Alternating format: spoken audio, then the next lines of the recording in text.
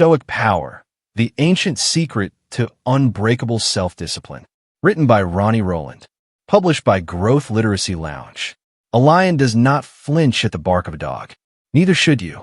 In a world spinning with noise, notifications, temptations, opinions, discipline is no longer optional.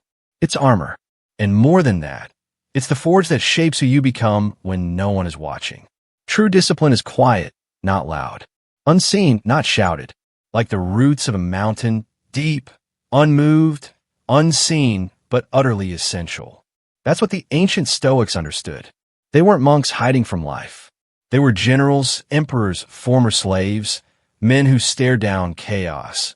Not because they were fearless, but because they were trained, anchored, disciplined. In their world, storms didn't signal disaster. They signaled the moment to remain still. And that's what this book is about. Stillness in motion. Power without noise. Fire without frenzy. The modern mind confuses discipline with rigidity. But as Jocko Willink once said, discipline equals freedom. Freedom from being pulled by every craving. Freedom from becoming a slave to your moods. Freedom to build a life, not just react to one. You won't find hacks here. Hacks rust. Steel endures. What follows is a guide, not just to self-discipline, but to inner power. A power that doesn't flinch when tested. A power you already have, waiting to be remembered. Not by force, by fire. Let's begin. Chapter 1. The still core in the storm. A hurricane doesn't destroy everything. At its center, there's calm.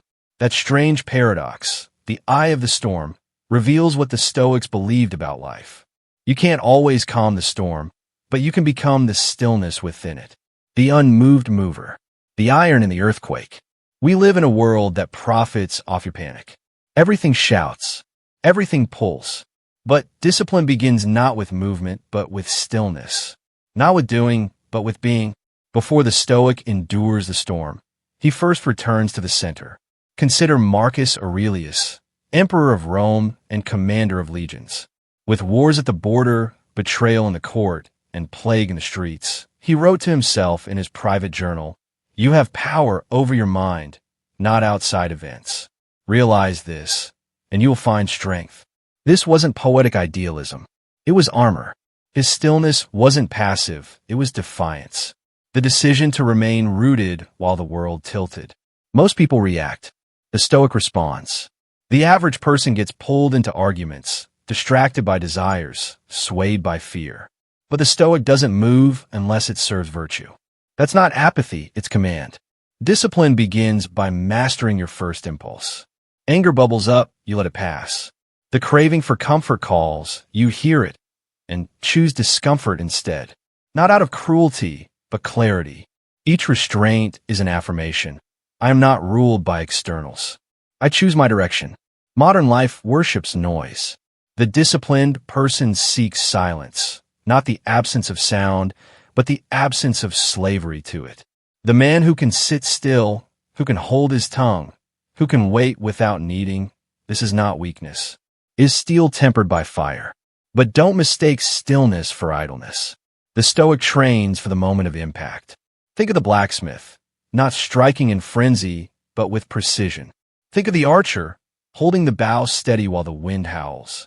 Think of a river, slow on the surface, but carrying continents below. This is the first lesson of Stoic discipline. Do not chase storms, and do not flee them. Stand within them. Find your center, then hold it. You do not owe the world your reaction. You owe it your integrity. There will be moments when everything in you wants to flinch, to fight, to freeze, to flee. These are the proving grounds. These are the invitations.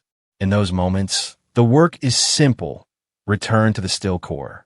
No mantra, no fanfare. Just this, pause, breathe, remember.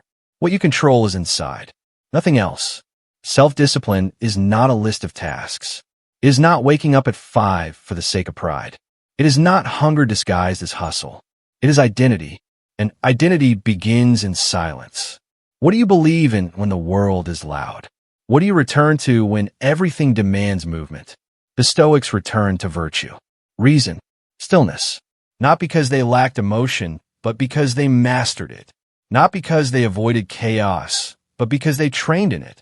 Discipline isn't born in chaos, it is revealed by it. Become the eye of your own storm, the calm, the command, the unmoved center in a moving world, the still core. Stillness is the beginning of all true discipline. You're not your impulses. You're what you choose in response. The world pulls. The Stoic remains centered. Where in your life do you react instead of respond?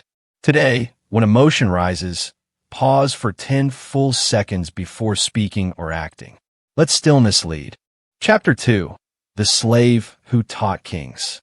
Chains do not make a man unfree. Epictetus proved that. Born into slavery in the Roman Empire, Epictetus owned nothing.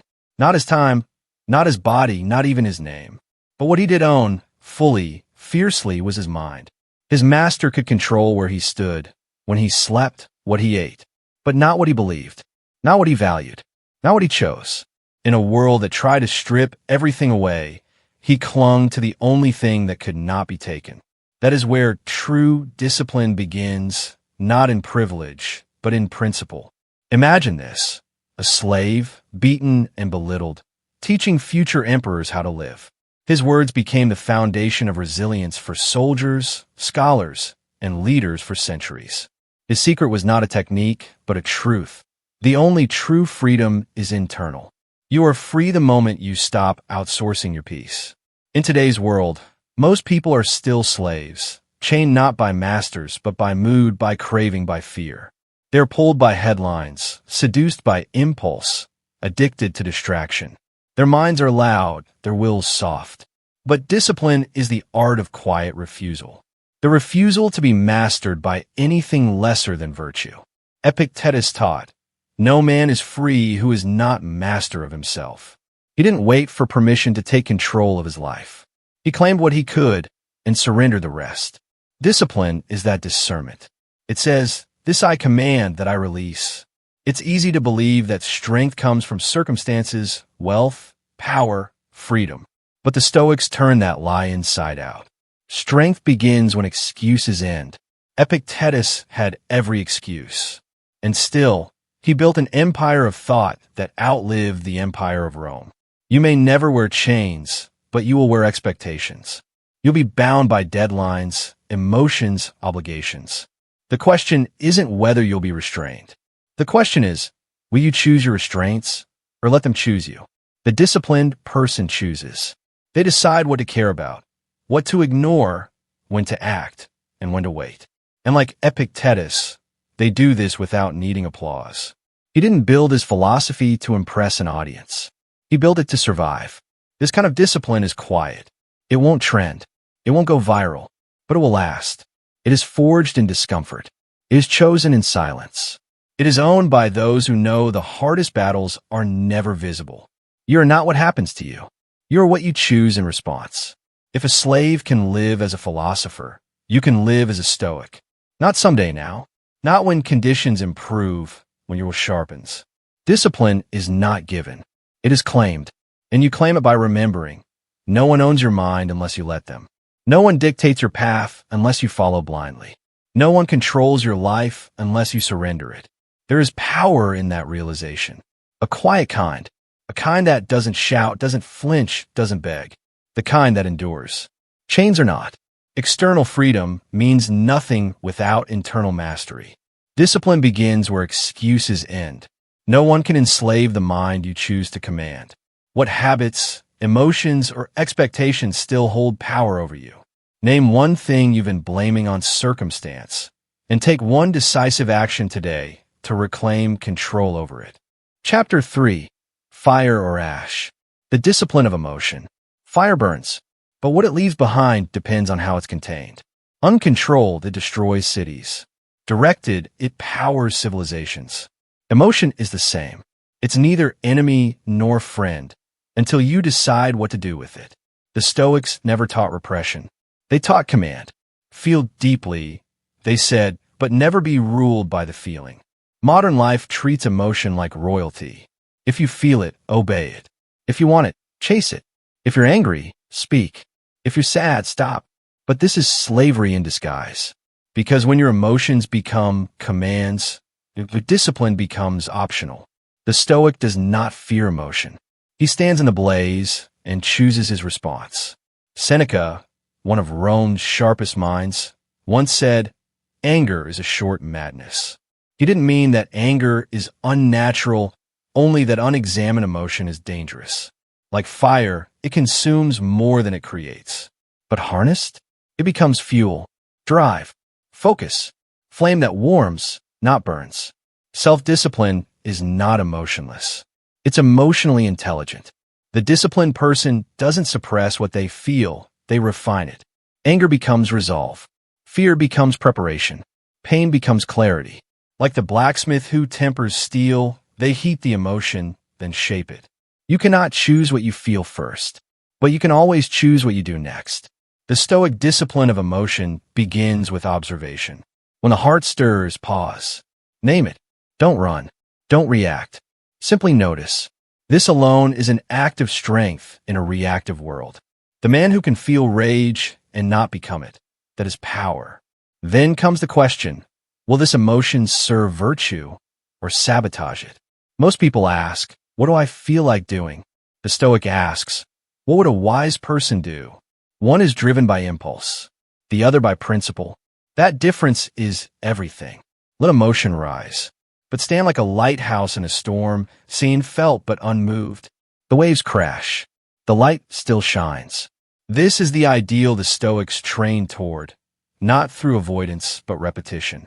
Daily self-reflection, harsh honesty, the willingness to feel without flinching. A life ruled by emotion is a boat without a rudder.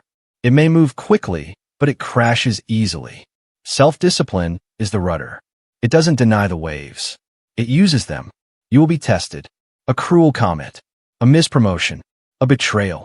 The impulse to strike back will surge. That is fire.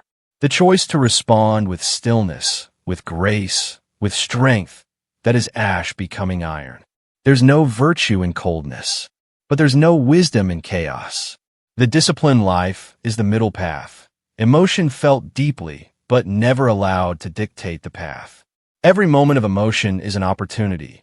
Burn wildly or burn wisely. Be the fire that forges, not the fire that consumes. Emotion isn't weakness. It's raw power waiting for direction.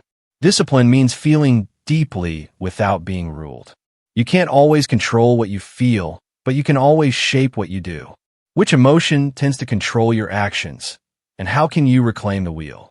Today, when a strong emotion surfaces, pause. Name it. Ask yourself, what would a wise person do with this fire? Then act accordingly. Chapter 4. The Morning Battle.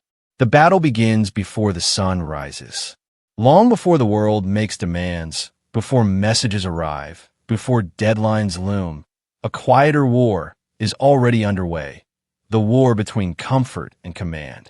The war between the bed and the will.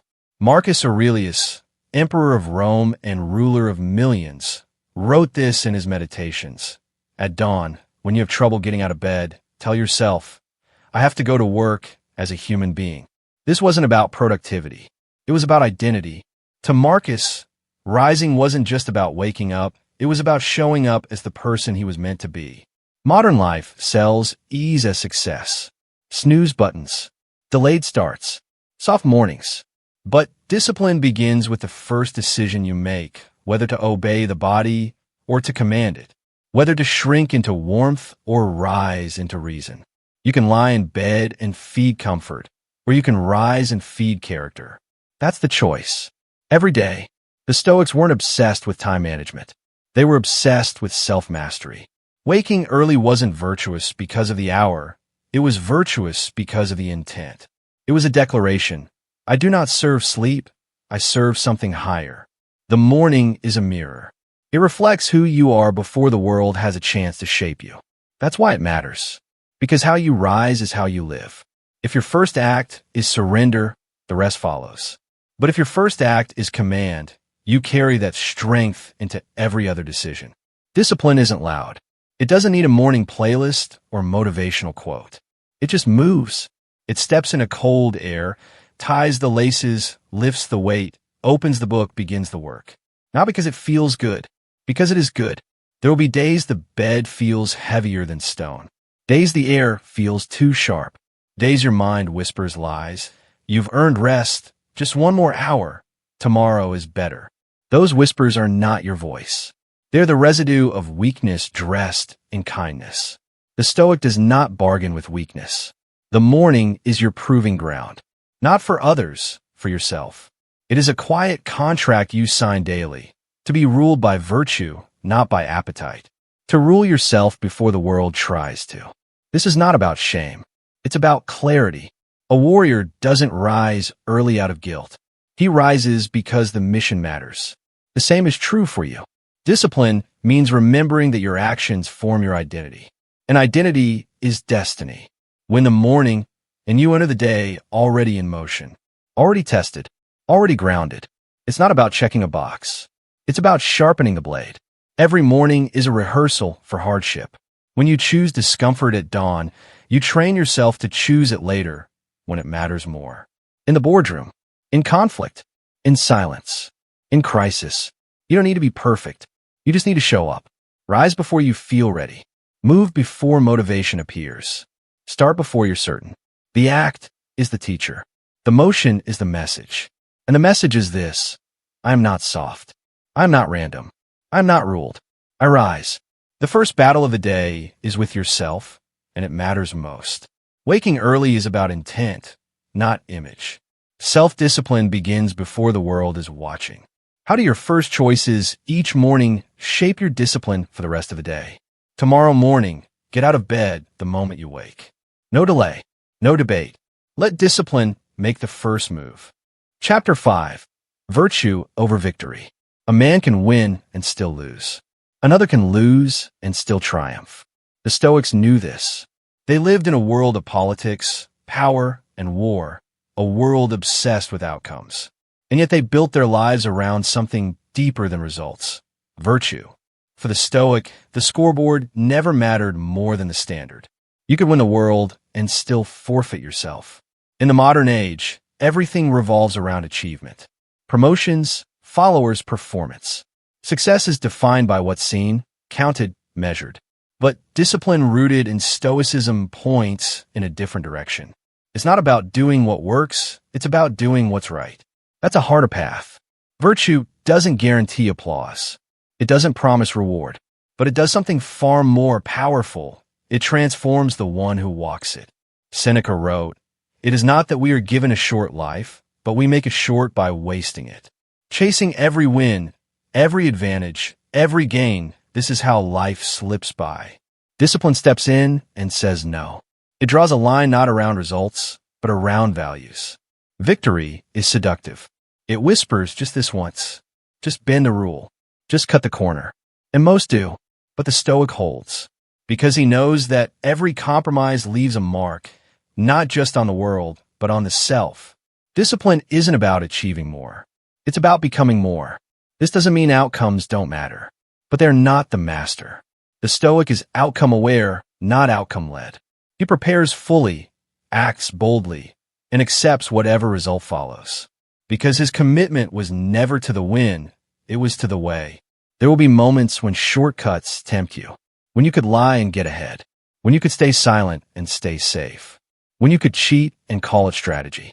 The world may never notice, but you will, and that is enough.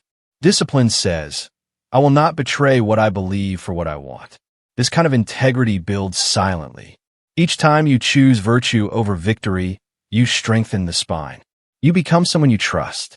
That matters more than a moment of gain. It lasts longer. It travels deeper.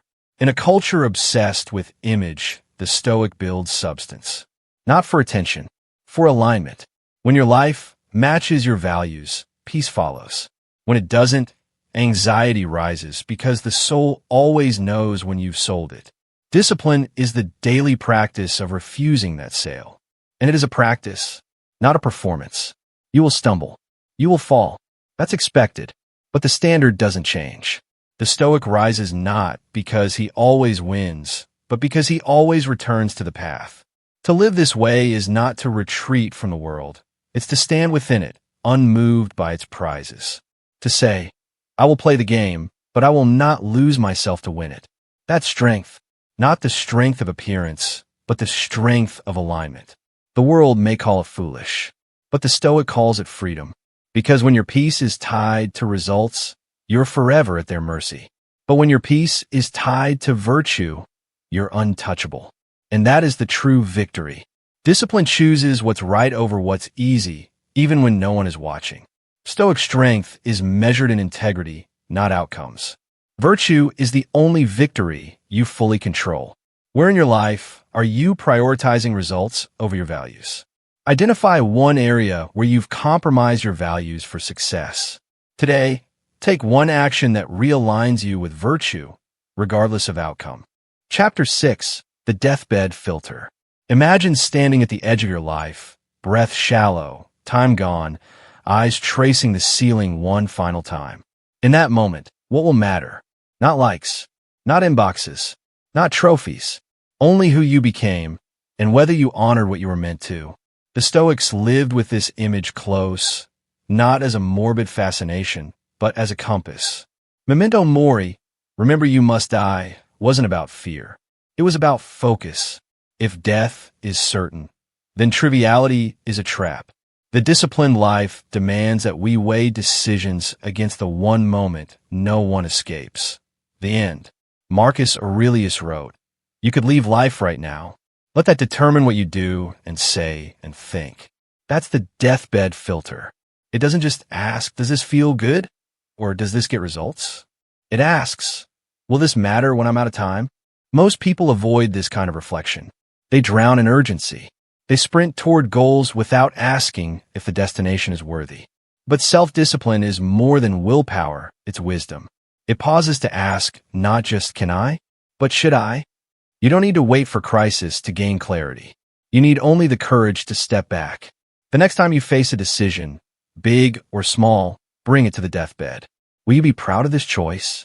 Will it build or erode who you are becoming?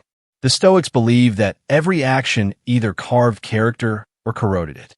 Nothing was neutral. You're always rehearsing the person you will die as. The disciplined life understands this and doesn't fear it, it honors it. To live this way is not to become solemn. It is to become sharp.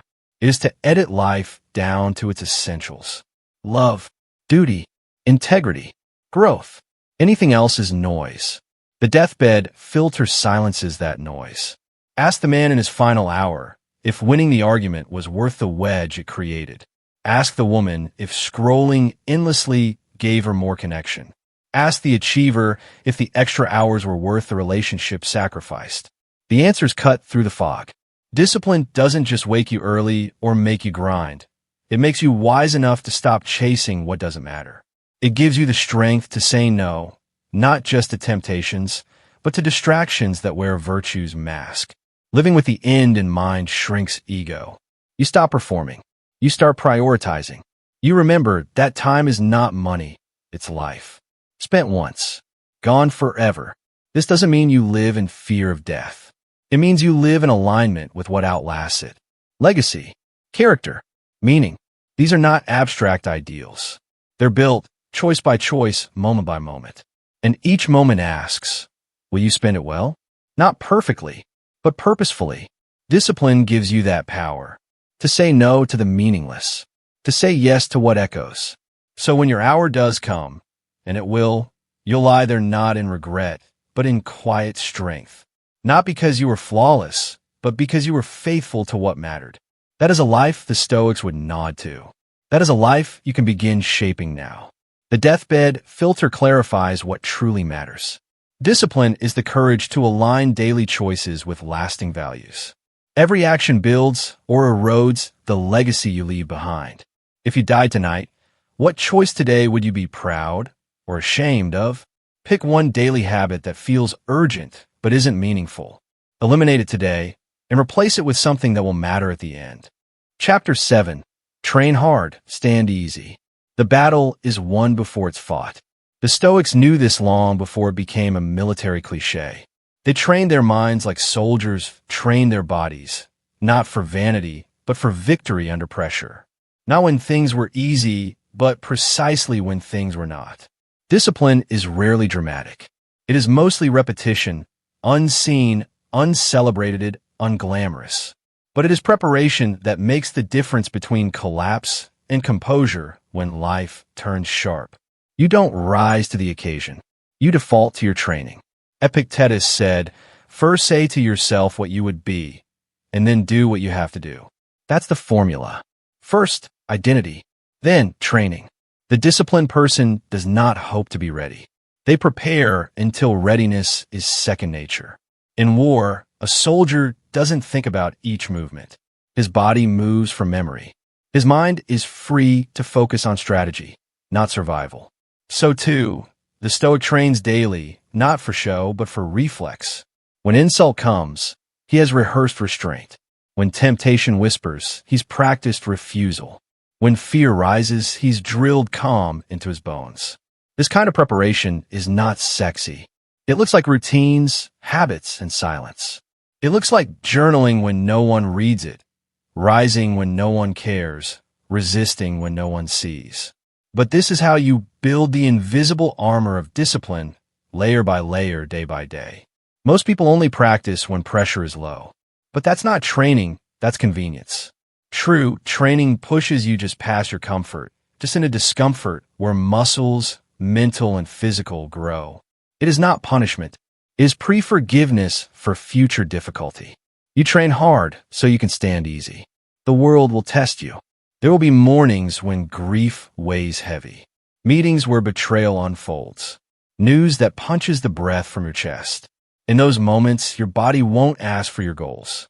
Your mind won't wait for inspiration. It will act, and it will act based on the hours you spent preparing when you didn't feel like it. Discipline isn't the grand gesture. It's the daily grind that becomes your foundation. The Stoics understood that resilience is built, not wished.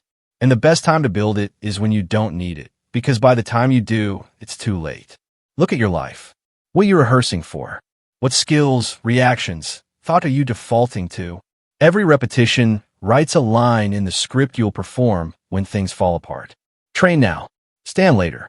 This is why Stoics embrace discomfort, not masochism, but mastery. Cold showers, early mornings, solitude, honesty. These were not trials. They were training grounds. They stripped away the excess, so only strength remained. You may not control the battlefield, but you can control how you show up to it. Prepared, practiced, poised, because when the fire comes, it's too late to learn to breathe. The disciplined life is not just about self-denial. It's about self-rescue. It's about building now so you don't break later. The question is never, will I face hardship? The question is, will I be ready when I do? Train hard. Stand easy. Preparation is the foundation of unshakable discipline. You default to your training, not your intentions.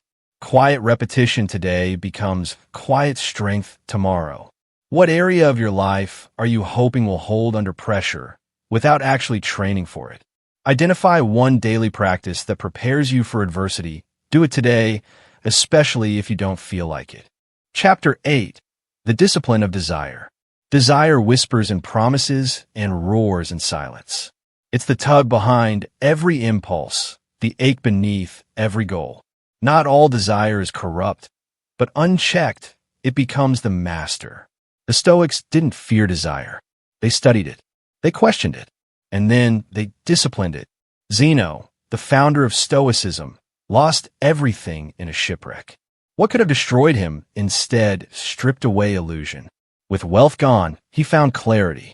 He said, "Man conquers the world by conquering himself, and nothing demands more conquest than desire." Desire is subtle. It doesn't shout like fear or sting like anger. It seduces. It disguises itself as ambition, self-love, even happiness. But desire, left unexamined, is never satisfied. It feeds itself while feeding on you. Discipline is the gatekeeper. It doesn't kill desire, it curates it. It asks, will this serve virtue or just ego? Will this make me whole or just busy?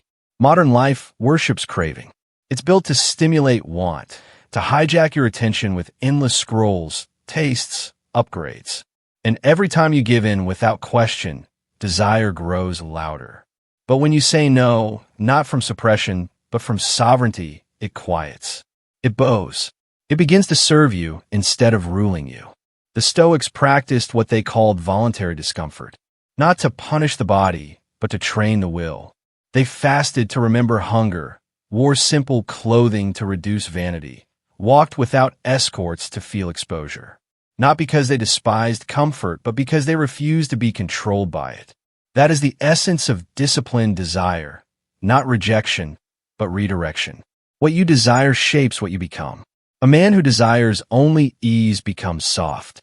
A man who desires virtue becomes strong.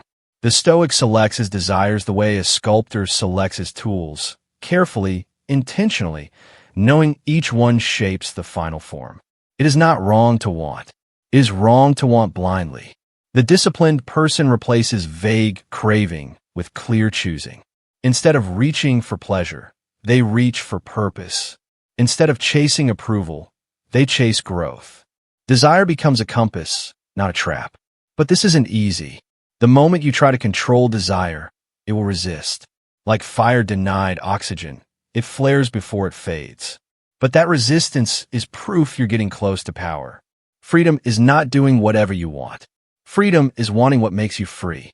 Imagine a life where your desires serve your values, where you want what strengthens you, what purifies you, what elevates you. That is not fantasy. That is discipline. And it begins with asking better questions. Not, do I want this? But should I want this? You cannot silence all desire, but you can starve the ones that weaken you and feed the ones that forge you. The Stoic learns to love the right things, not because they are easy, because they are worthy.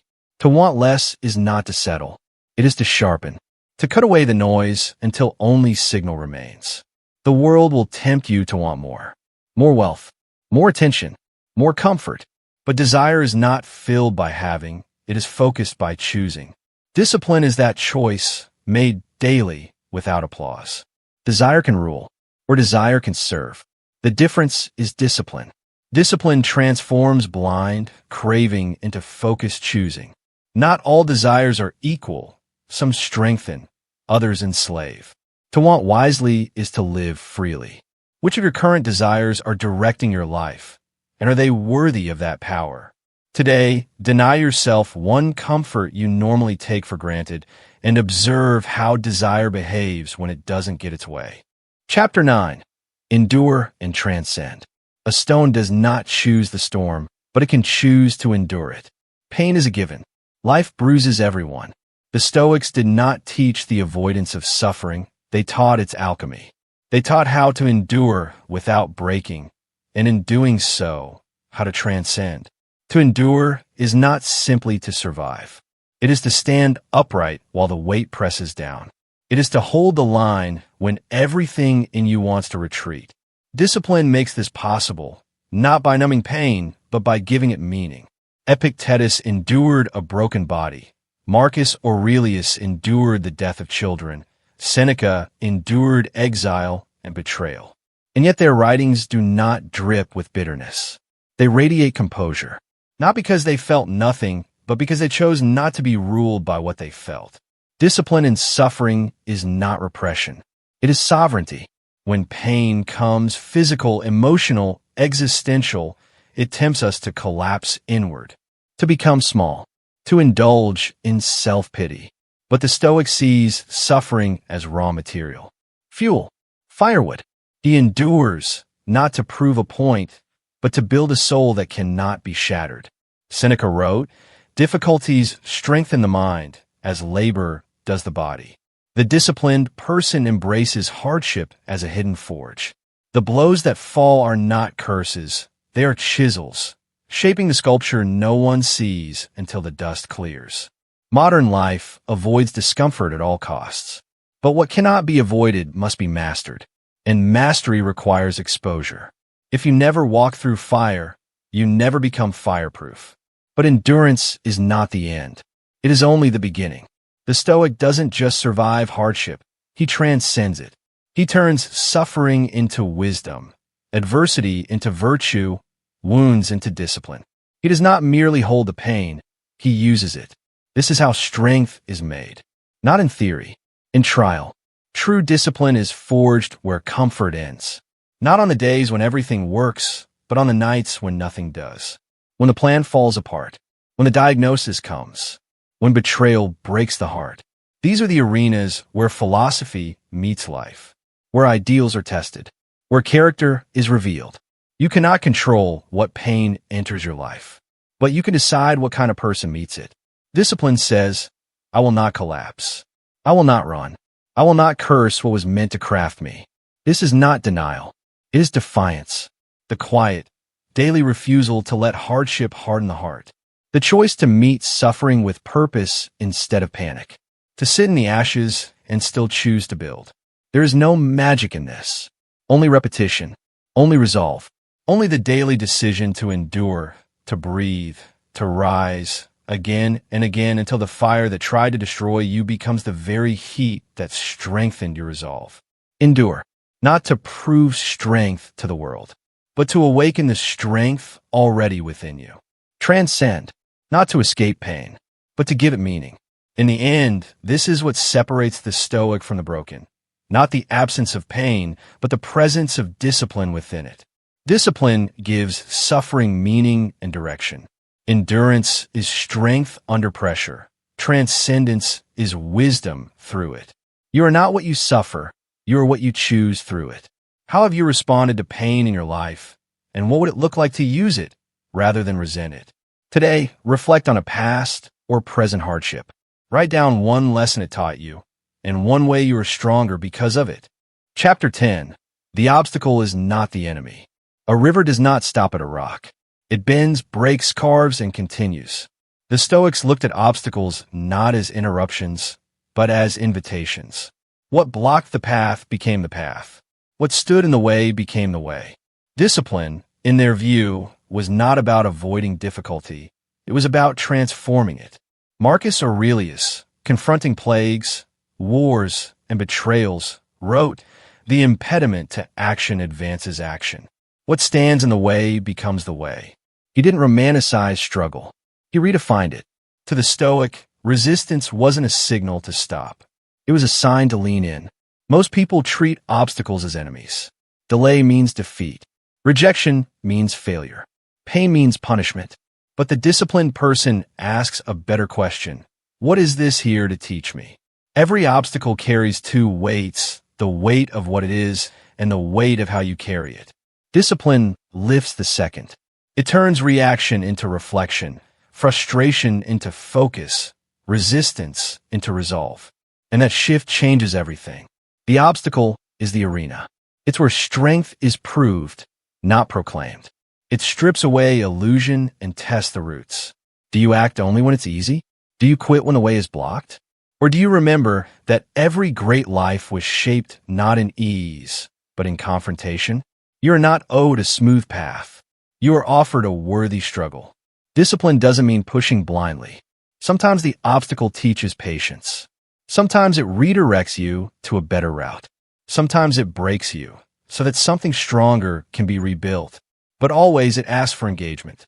Passive people suffer obstacles. Disciplined people shape themselves with them. The ancient blacksmith didn't fear the hammer. He welcomed it, because every blow was part of the shaping. So too, the Stoic welcomes hardship, not as cruelty, but as curriculum. You don't grow stronger by avoiding resistance. You grow by moving through it. This doesn't mean you celebrate pain. It means you cease fearing it. When the obstacle appears, you don't freeze. You examine. You ask, how can this build me? What skill does this demand? What truth does this reveal? The obstacle becomes a mirror. It shows you what you lack, what you fear, what you must still refine. And discipline gives you the courage to look. The world will not remove its weight, but you can grow strong enough to lift it. The goal is not comfort. The goal is capacity. The ability to carry what life hands you without breaking or blaming. This is not natural. It is trained, practiced, earned, and it begins with a new belief. The obstacle is not the enemy. It is the way forward. Obstacles are not punishments. They are opportunities for transformation. Discipline turns resistance into refinement. The path is often revealed through what first appears to block it. What current obstacle in your life could become your training ground if you chose to see it that way. Identify one challenge you've been resisting. Reframe it today as a teacher. Write down one lesson it's offering and one action you'll take because of it. Chapter 11. Live like a Roman. To live like a Roman is not to wear a toga or speak in marble halls. It is to carry yourself with dignity, clarity, and purpose amid chaos. It is to meet the day like a soldier, a philosopher, and a citizen, disciplined in thought, unwavering in action, and grounded in virtue. The ancient Romans admired gravitas, a weight of presence that could not be faked. You felt it in a man who did what he said, who stood firm when others fled, who didn't need applause because he carried approval within. The Stoics were the architects of this presence. They didn't seek it in bloodline or status, but in how they moved through the world. To live like a Roman, you begin before dawn. You rise not for vanity, but for readiness. You do not complain about the cold. You welcome it as sharpening. You do not argue with fate. You study its shape and walk alongside it. You do not perform discipline. You embody it. Marcus Aurelius wrote, "Waste no more time arguing what a good man should be. Be one." That is the call. That is the challenge. Not to talk about principles, but to become them. Not to wear virtue like a costume, but to etch it into your bones. This is not a performance for the crowd. The true Stoic acts as if watched by the only judge that matters, his own reason. The standard is internal. The reward is peace. You live like a Roman when you stop chasing. When you no longer grasp at every pleasure, every reaction, every opinion. You slow down. You simplify. You do less but better. And you build a life so rooted that storms do not shake it. They reveal its strength. This is what Stoic self-discipline produces, not just endurance, but excellence. A poise that holds under pressure. A fire that doesn't flicker. A clarity that cuts through confusion. And most of all, a sense of alignment between your thoughts, your words, and your deeds.